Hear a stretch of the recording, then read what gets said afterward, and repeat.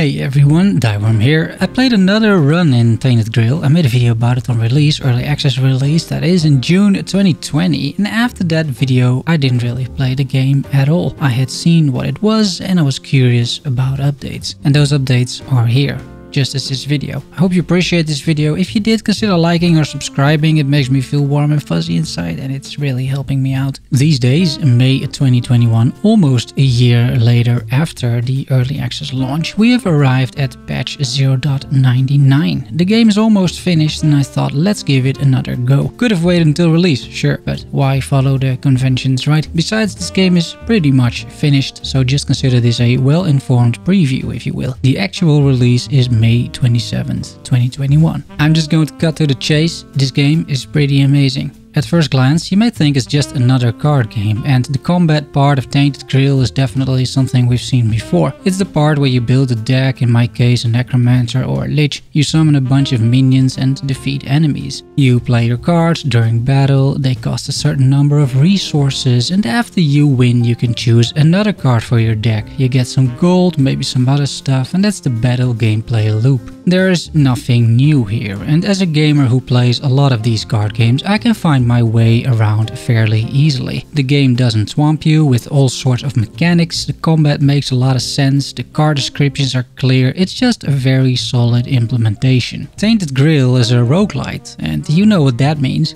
dying a lot. Unlocking new heroes, new enemies, new cards, new ways to play the game, you have to be up for that. You'll be grinding out a bunch of runs, but there's plenty of stuff here to keep it interesting, because everything is randomly generated. There are multiple difficulty settings and there are a ton of things to grind for. I got 12 hours in the game so far and I still want to play more to see what it is all about. That feeling of just another run. It's good to realize that these runs do take a while, however. Every run, apart from the tutorial, starts in your village and you're walking around in third person. There are 3 bosses in 3 separate areas you need to kill, and they're accompanied by a whole heap of other monsters, in-game events, locations and other discoverable stuff, which eventually makes you stronger and leads you to the final 4th encounter. So you go out and explore, which you can do without too many drawbacks, helped by a clear minimap and overlay map. You can save and quit at any time, by the way, and from this moment it becomes clear that Tainted Grail isn't just your average PvE card game. Nah, this game went out of its way and created an entire world loosely based on the tales of King Arthur, with the king, Merlin and many other knights and figures from that lore appearing in the game. But it is a very twisted world. There's this peculiar mist, the weirdness, and it transforms everything it touches for too long. Inside the village there's a menhir that protects you from this mist. There are buildings you can fill with NPCs you encounter on your travels, and those NPCs then unlock more bonuses. For example, the blacksmith unlocks runestones, which gives you permanent bonuses depending on whether you slot those runestones in your weapon or in your armor. There's a candle maker providing you with special candles that you can use to travel through the mist without going insane, because that's what happens otherwise. You go nuts, pretty much. And everyone else affected by this mist is also that. They're just weird. It makes for super interesting encounters, because the events are very nonsensical and non-linear, and the game constantly throws you unexpected curveballs. You need to pay attention to what NPCs want from you, because the game lets you make the wrong decisions and punish you afterwards. I got a side quest to deliver a bouquet of flowers, and afterwards I encountered a female NPC, gave her the flowers, and it turns out it's not the right person to give the flowers to. But the game still gave me the option. I like that. It's good design and it gives a sense that your choices matter. And they do. Try robbing a holy altar because you really want that 500 gold. See how much fun you have afterwards.